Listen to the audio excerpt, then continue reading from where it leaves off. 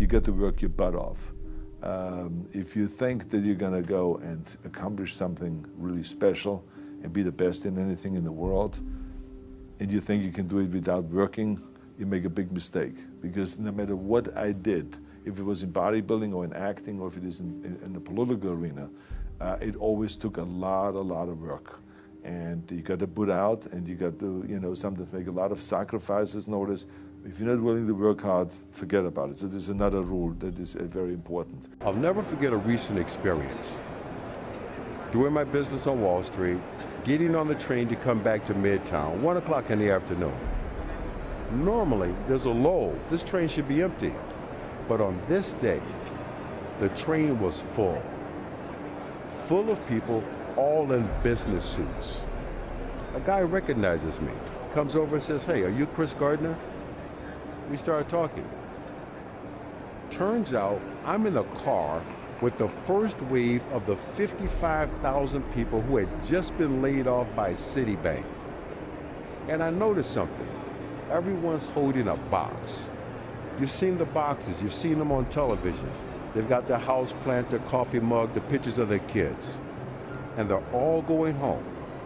They're all going home to tell their wife, their husband, their children, and the landlord they don't have a job. I began to share with this young guy that, well, you know what?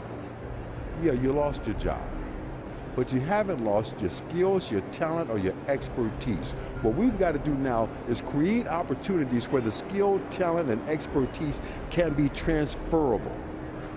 Creating an opportunity and looking for a job are two different things. This could be prime time for pushing your button, rather, finding your button. What do I mean by that? Prime time to find that one thing that you love to do so much, you would get up in the morning and do it free. Prime time to find that one thing that the sun cannot come up soon enough in the morning because you want to go do your thing. This could be that time in your life. Every single person, when they're in their teens, in their early 20s, they care so much about other people and how they're perceived and what impression they make. And I wanted to be perfect. I wanted to be good at everything and be a good student and be prettier and skinnier and successful and all these things. And I cared about what people said about me and how they felt about me. And as I get older, I just realized that other people won't make me happy. It has to be from within me, and I need to keep doing whatever makes me happy. And whoever responds to that, great. Whoever doesn't respond to that, it's fine too. Mm-hmm. But the less I care about other people's opinions, the better I feel about myself, and the more I do things that make me happy. I don't make notes. I react very instinctively to everything. I'm a great believer in traveling a great deal. I don't believe in meetings. More than 2 people in a meeting is too many. Really, it's true. Do you know about stand-ups? No, okay. So in Silicon Valley now, when you have a meeting, everybody stands in a circle like they're meditating. And that's how, maybe I should try that. I think the more you go out, the more you see, the more you experience life, the more you bring back to your day job. So as I was trying to say in my remarks, I think the problem about big corporations is you get a lot of people my age trying to hold on to their jobs and clinging on to their pensions and their retirement, and they're not experiencing new things, and they don't like change and they don't like disruption, so either they don't make a decision or they say no, and as a result they stagnate.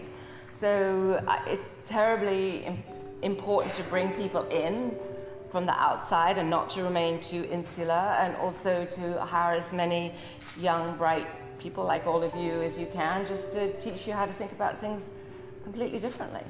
You're gonna play big, say big. Big. You're gonna play huge, say huge. Huge. You're gonna play ginormous, say ginormous. But first, take baby steps. You're gonna eat the elephant, but take one small bite first, chew it good. Right? We want so much so fast. My grandmother says baby, she starts every sentence with baby. I'm sure it's because she cannot remember all of our names. She said, baby, the best things you'll ever have from grandma will never come from the microwave. They always come from the oven.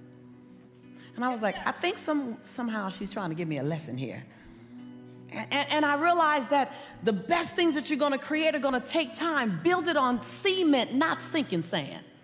You're gonna get tons and tons and tons of tools here. And you're gonna wanna fast forward. But when you fast forward, you build it on plexiglass, you build it on styrofoam, you build it on wood, you wanna build it on cement. Your dream is important enough to outlive you. Yes, yes? And so I realized that you can't Google download resiliency. You can't Google download tenacity. You can't Google download forgiveness. They're some of the best qualities and characteristics that's gonna take you a long way that you need to invest time in and energy in and intention in. You don't just get patience. I want patience, I'm waiting for patience. Somebody's gonna piss you off tomorrow. And now you get to test if you have patience. I realized that as I wanted to develop me, I had to be willing to climb, and I wanted to get to the top, and there's no elevator to the top. I gotta do my squats. I gotta work on my quads and my hamstrings and my calves, because I gotta climb to the top. We gotta climb. You want to be great, like you want to be good. And you sort of set these funny expectations for yourself, you know? One of the funniest things that Fogerty ever said to me, he was like, yeah, I was learning to play the drums, but I realized that I would never be as good as John Bonham from Led Zeppelin, so I stopped. And I'm like, who is as good as John? But nobody. Like, what the, how could you do that? So, like, there should be no right or wrong, you know? You should just be cool with what you do and how you sound. Like, it's one of the things that I have a problem with, like a lot of those song contest shows on TV. Not only because, you know, whatever, it's corporate cheese or whatever, but I have a problem with, like, if my kid walked up on stage and sang her heart out as best as she could, and Jennifer Lopez said, like, no, sorry, that's not good enough, I'd be like, I would be so pissed, you know? Because that's not how it works. You know, you should go to a yard sale and buy a shitty old guitar and then go find a friend and get into your garage and just suck. That'd be awful. And then write some songs and become the biggest band in the world, you know?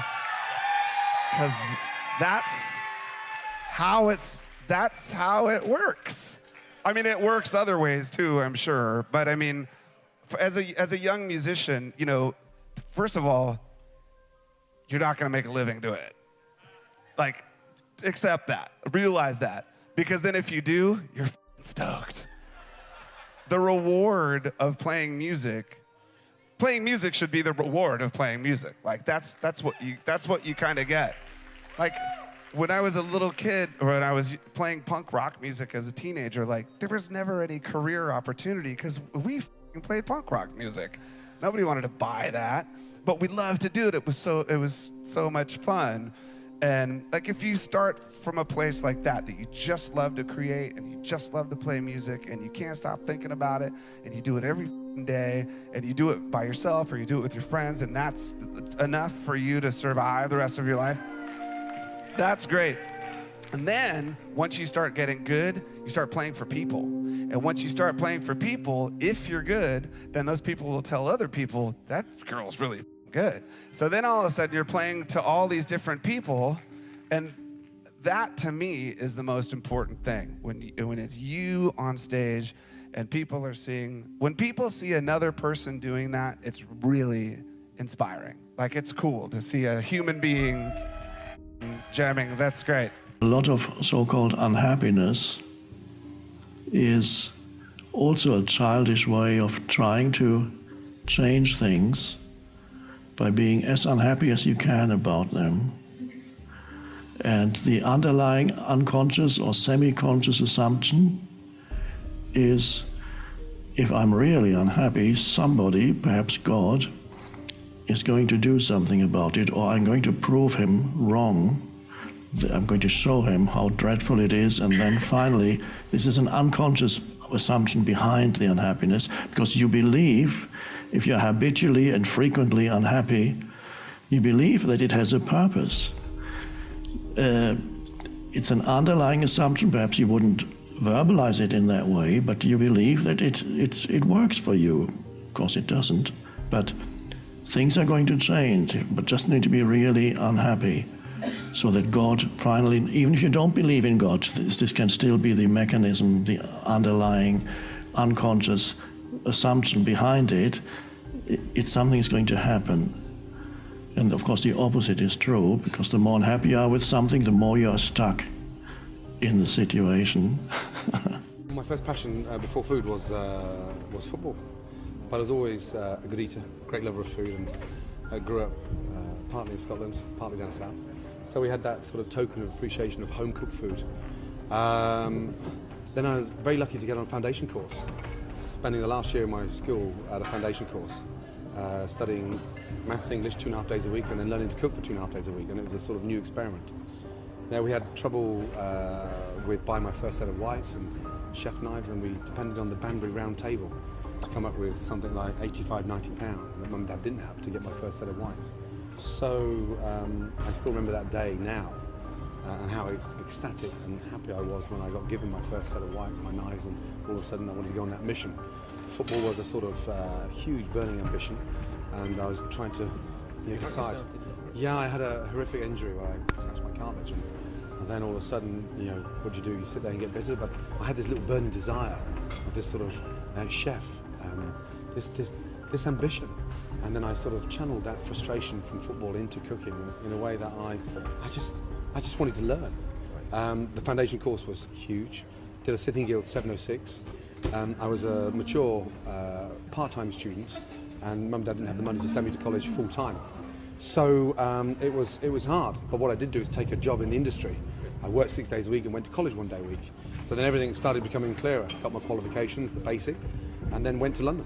And that's where it really just took off. Why do you prioritize sleep so highly? Just curious of what makes you so committed to that and the science behind it. Thank you for all you do. I find that I'm slower when I'm fatigued. So I find myself drifting. I have more symptoms of what we'll call ADD. So that my attention just drifts. And then I find I'll read a sentence or whatever and be like, God, I have to reread the sentence like 10 times. So that was just going, whoa. I'm not as efficient as I could be. And then the other is I find it a unique form of misery. There is an additional ring of hell that is saved just for people who are fatigued. I hate it so much. So it's misery, and I don't understand people that live a life that is miserable. I just don't get it. And then on top of that, I think you actually accomplish less if you're fatigued. So you're putting more hours, but you're actually getting less done per hour. So if being fatigued puts you at like 0.6 of what your output could be, and then being just like incredibly well rested, prioritizing that puts you at, it's, I guess mathematically I should be saying just 1, then like you have to make up 40% of the number of hours in waking up early just to break even, and then you put misery on top of that.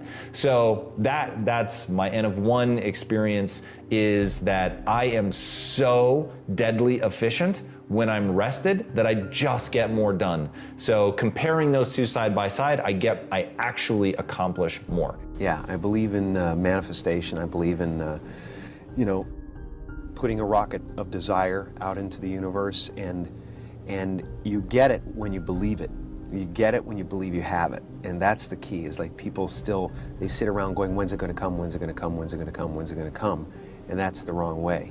You're facing the wrong way, you're facing away from it. You have to go, it's here, it's here, it's here. Whether it's a world champion boxer, a basketball player, a track star, a horse, even animals, I find out that this Mark Spitz, for an example, he's a world champion.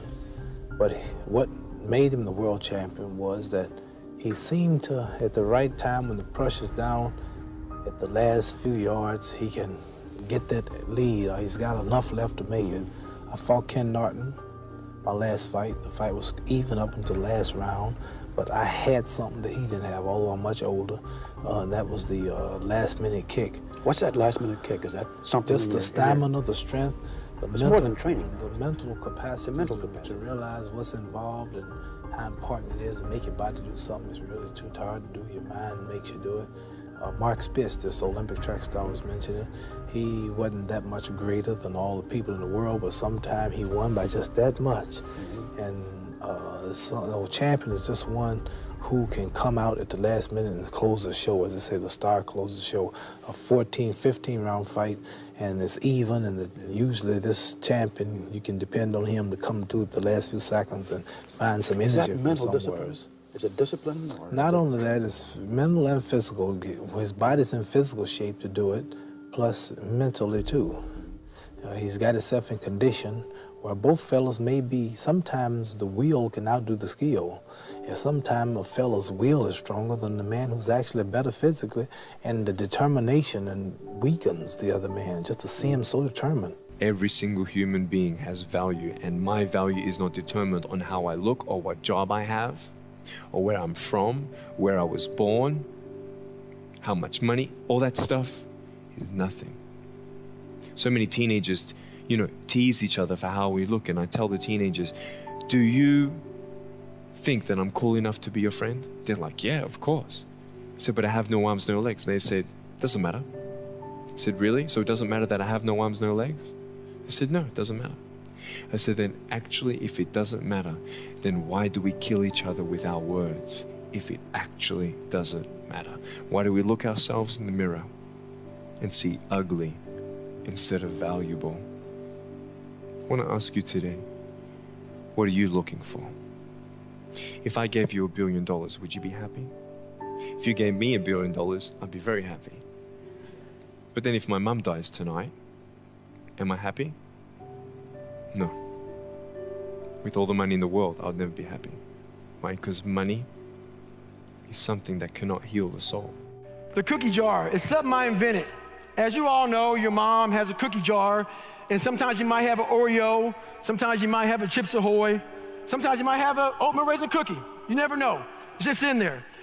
My cookie jar has every single failure and success of my life, something I overcame. So what happens in time of life when you're stressed out and things get bad, even the hardest guy in the world, me, everybody thinks, and I think I'm the hardest guy in the world. You gotta believe that. You gotta believe you are something. I will, in my mind, reach into my cookie jar, and sometimes you forget how hard you are in times of need. Because you're stressed, but you forget, I'm a Navy SEAL, I'm a Ranger, I'm this and that, but you forget all that because your life sucks. I calm down, take that 1 second, get control of my life, reach in the cookie jar. Well, you got called nigger your whole life, and you're now the only person in history to do this, this, and this. Put it back in the cookie jar, reset my mind. You have to remind yourself of how badass you really are in times of need. That's the cookie jar. I was a very headstrong young person, and by 1983 or 4, had started my own publishing company to publish my own books, realizing that no one else will publish me, and I was right about that.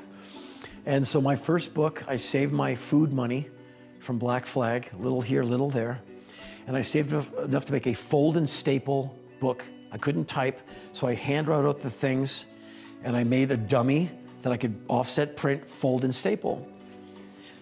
And I sold them for $2. Mainly gave them away, but I sold enough, and they blew out. 500 just went. And then I took that money to make another print run of that. And from that money, I made my first paperback. And 33 years later, that's a fully staffed company with books in translation and hardcover editions and the whole 9 yards. But it started with, I'm gonna do my thing. I'll be City Lights Jr. without the talent. And I did that at the same time I was doing my first spoken word gigs. And why did I have the gumption and the audacity to start my own book company? Because I come from punk rock. I come from watching Ian MacKaye invent Dischord Records on his mom's kitchen table. I come from folding and gluing picture sleeves together. Black Flag had their own label. Of course you do it yourself. You want to make a book? Sit down and write it. Then go to the printing place. Where's a printer? Get in the phone book and find a printer. We make records, make some books. You just do it. It's like you don't even think about it, you just do it. And I'm sure that writing is just awful, but I did it. And without even hesitation, I'm making my own book company. Stop me, I dare you.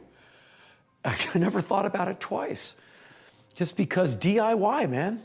Like, let your voice be heard. Well, you know what? People do look at me and see me as creative because I've written so many books, and I am curious.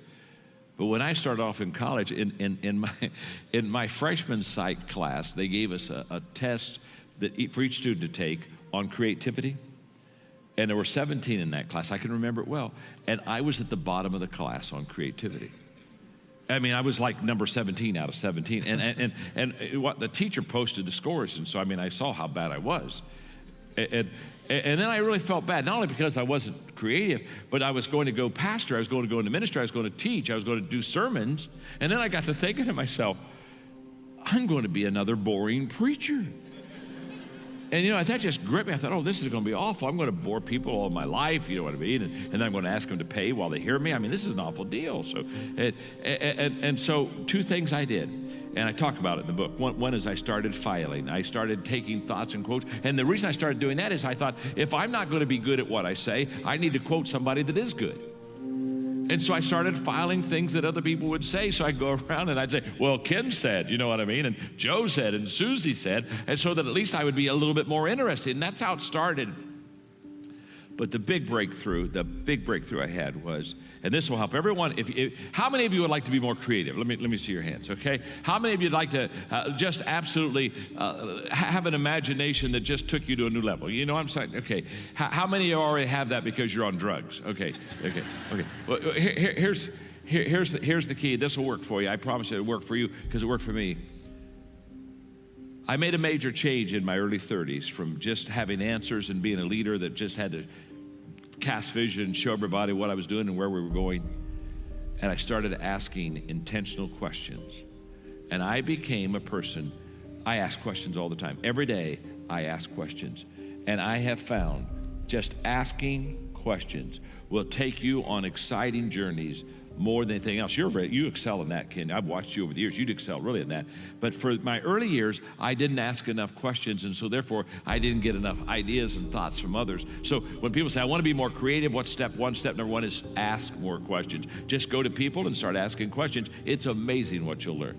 So that means taking things, using things in your life that are scars, using those moments as a weapon, right? Using those as using basketball as kind of like a vehicle through which to express yourself, right? So at that moment, for us to face the Celtics again, it's not about the Celtics. It's not about your opponent, it's about you. It's about you taking your inner struggles and channeling that through the game, right? As a way to unleash, right? So now it became a matter of how do I express that to them? How do I get them to that point where they figure this out for themselves? Because I can't say, hey, listen, I need you to play harder. So what'd you do? Well, I had to share my story. I had to open up to them and let them know I've dealt with things. This is the things that I use. This is how I go about focus. This is how I deal with adversity. This is how I deal with, arguing with my wife the day of the game and showing up to the game and still having that focus to be able to play. Like, I used those things to open up with them. And then in turn, they were able to take those stories and make them their own. That whatever you do, somebody can do it better. You have to bring your A game in every single day. There's nothing unique about any one individual. What's unique is their passion, their ability to execute, to meet targets and exceed them. The minute you lose that ability, in capitalism, you're gone. It's a fair trade. The engine that makes you rich can take it all away from you. There are no guarantees. I think that's incredibly important. It looks like you always go out of your comfort zone, right? Coming onto an island that was completely deserted, no fresh water, you didn't even have the money to buy it, and now you're sleeping on a tent on the beach trying to figure out how to get fresh water here. You do that often. You did it with the airline. I mean, I was just somebody that experienced the bad experience of traveling on airlines. I was actually trying to get to the BVI, the British Virgin Islands, one day from Puerto Rico, and the same lovely lady was waiting for me, and I'd been away for 3 weeks, and American Airlines bumped the flight. And so I went to the back of the airport, I hired a plane, I hired a blackboard, I wrote Virgin Airlines one way, $29 to the BVI, went around all the people who'd been bumped, and I filled my first plane. And that got me thinking, you know, that airlines do bump people. They don't care about you or me, particularly in the air. And so so I then rang up Boeing and said, do you have any second-hand 747s? No kidding. I mean, it was literally that you just sat in the airport and said, I'm starting an airline right now because I'm frustrated. Exactly. And I think most of the best entrepreneurial ideas come out of frustration. I think, you know, if you're frustrated about something, the best way of sorting it out is get out and do it, and you've got yourself a business. We know from our past experiences that big things start small. You know, the biggest oak starts from an acorn, and you've got to recognize, if you want to do anything new, you've got to be willing to let that acorn grow into a little sapling and then finally into a small tree, and maybe one day it'll be a big business on its own. And in fact, that's one of the mottos for one of your initiatives, and forgive my pronunciation of the Latin, but Gradatim ferociter. What does that mean to you? Well, it means step by step ferociously, and it's the motto for Blue Origin. Basically, you can't skip steps. You have to put one foot in front of the other. Things take time. There are no shortcuts. And but you want to do those steps with, you know, passion and ferocity. Yeah, I started working at this video store. It was pretty much what you're talking about around that time, and it was great at first because I'd always hated day jobs and stuff, and so I got a day job, and it ended up being pretty good. But admittedly, I was there for 5 years. At a certain point, it was a narcotic. All right, I didn't have to keep pursuing my dreams because, you know, it's not what I want to do, but it's sort of kind of close.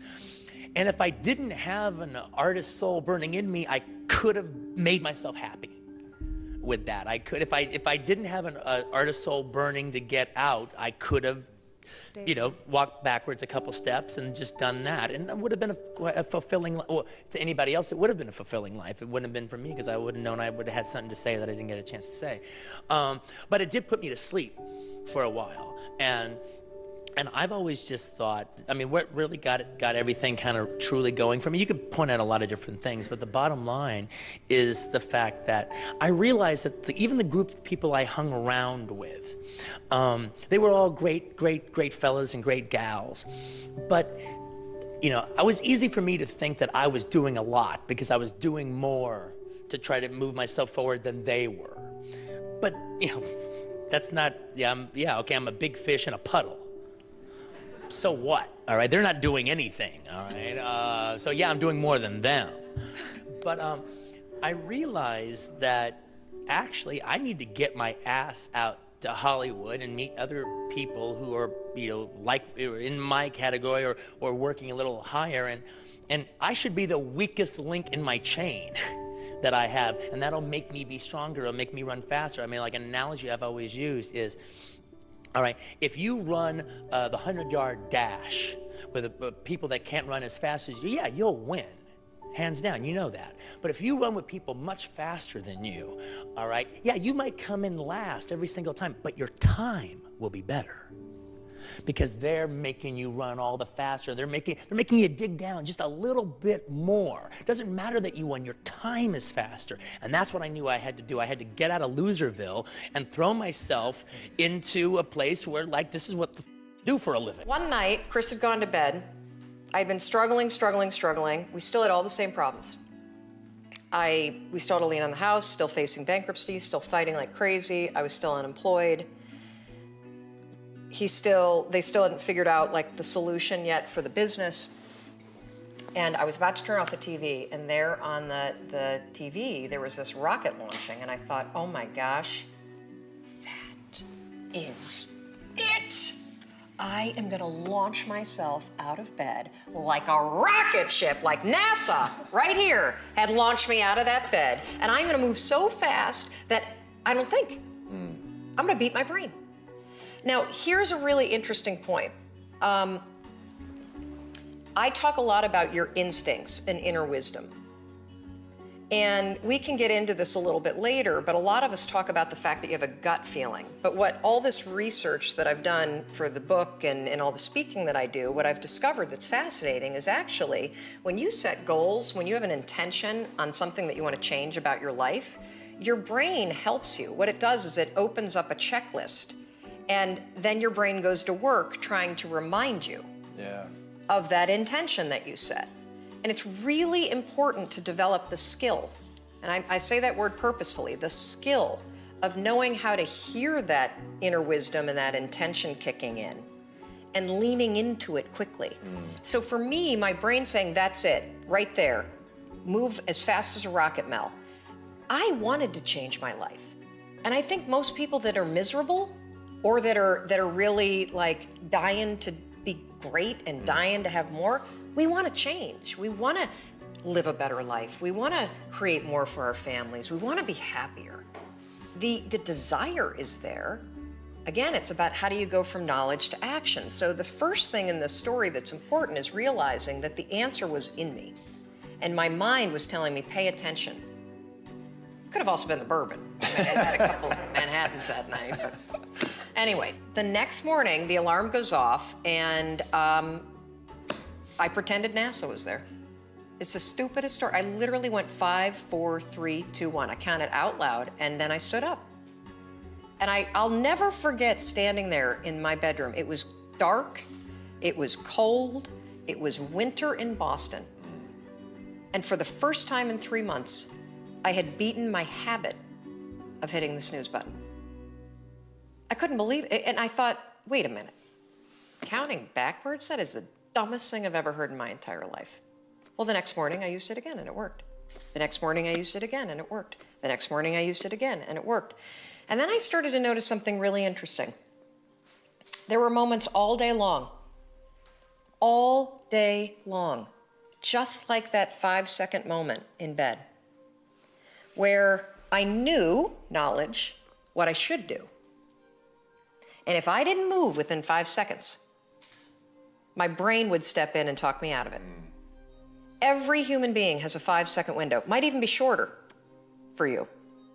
You have about a 5-second window in which you can move from idea to action before your brain kicks into full gear and sabotages any change in behavior. Because remember, your brain is wired to stop you from doing things that are uncomfortable or uncertain or scary. It's your job to learn how to move from those ideas that could change everything into acting on them. I've been making music now with, like Tony Bennett for a couple of years, and Elton John is, one of my closest friends, and his husband David.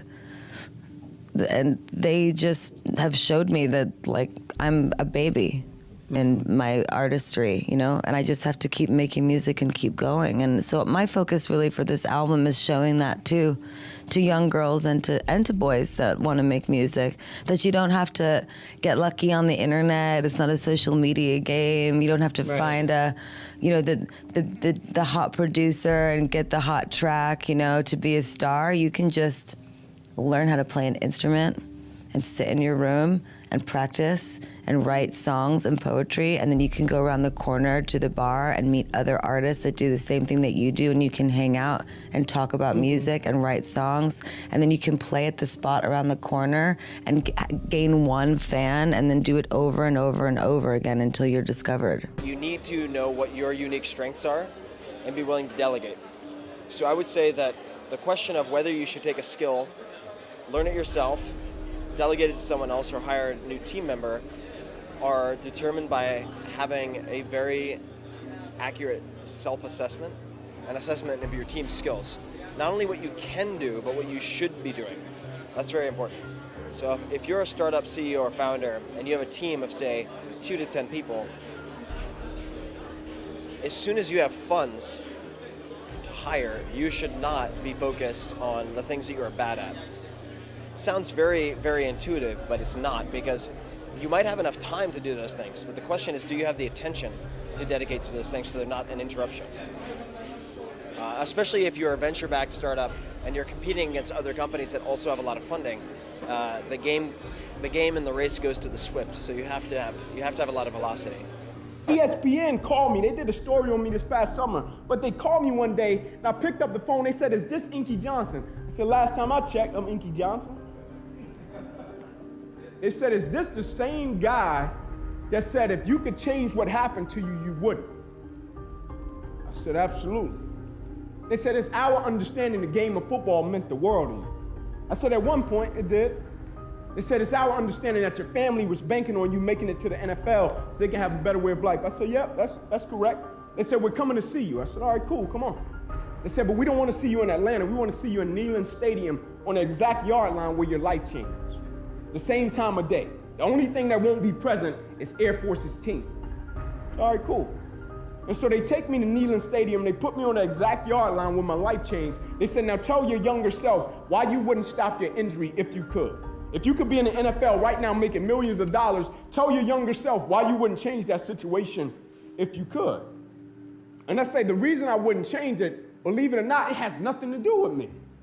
Like on a personal level, he thought I was going to say, because of the man that I've become, the perspective that I've acquired, my faith has been fortified. He thought I was going to say something like that. I said, no, it has nothing to do with me. It has everything to do with the lives that have been affected by the result of the process and the thing that I represent in the world. What my spirit represents when somebody see me, they think perseverance.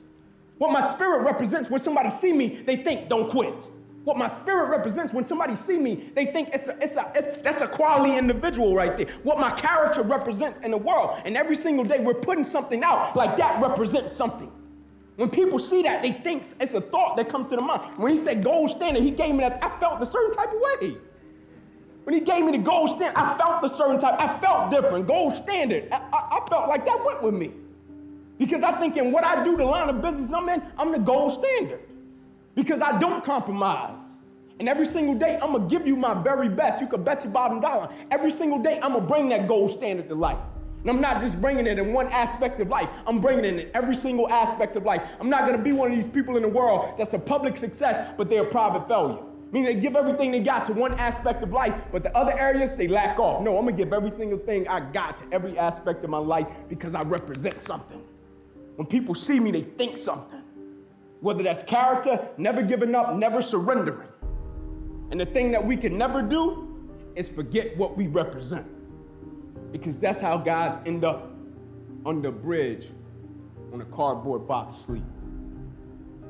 They forget what they represent when life hits them with adversity. My only charge for you, never forget what you represent. There were other things that I probably should have done, not from my perspective. I mean, from my point of view, I did the right things. Every film that I've done, I'm happy that I made that choice. I don't have any regrets whatsoever. But I mean, in terms of sustaining box office, bankability, I should have done a few other things that I didn't do, but I'm glad I didn't do them, me. Because it wouldn't have been you. Yeah, it would have been for the wrong reasons. Everything that I've been lucky enough to do, I did for the right reasons.